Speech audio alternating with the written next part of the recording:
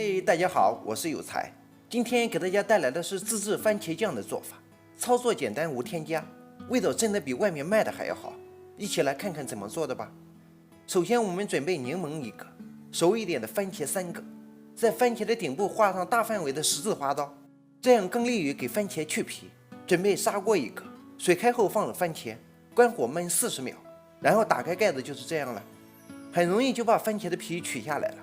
然后把番茄底部的硬节去掉，再把其切成小块，然后把其放在榨汁机里，不用加水直接榨。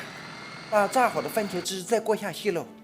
我们可以看一下，实际上并没有多少渣子。如果是家庭操作，切番茄汁打得比较细的话，不过滤也行。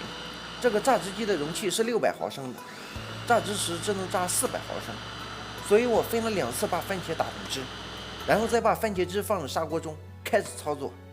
向番茄汁中加入冰糖6-7颗，开小火慢熬。刚开始的时候不用搅也没有关系，因为此时的番茄汁内部水分较大，不易糊锅。大约6分钟后，我们可以看到番茄汁的颜色在慢慢变深，浓度也越来越大。此时要把火调小，用铲子稍微搅动一下，避免糊底。又过了5分钟，番茄汁慢慢的变成了番茄酱，且颜色变得更深。开始调味，加入盐半汤匙。加盐后的番茄酱会更甜，切不腻一口。我们再取柠檬半个，把柠檬汁挤在番茄酱里。柠檬汁在这里主要起到2个作用：一是防腐，延长番茄酱的保质期；二是会综合番茄酱的口感，使做出的番茄酱有一种浓郁的酸甜果香味。然后稍搅拌一下，拌匀即可，搞定了。一日三餐就吃番茄酱。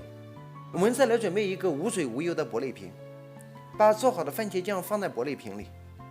如果一次做的番茄酱比较多，3-5天内吃不完，我们可以挖少许蜂蜜放在番茄酱上摊平，这样可以起到一个密封保护作用。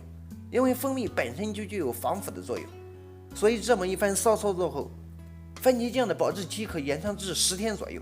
其实吧，番茄酱挺好做的，我们可以一次不用做那么多，随做随吃，味道绝对比你买的那些大牌的番茄酱还要好。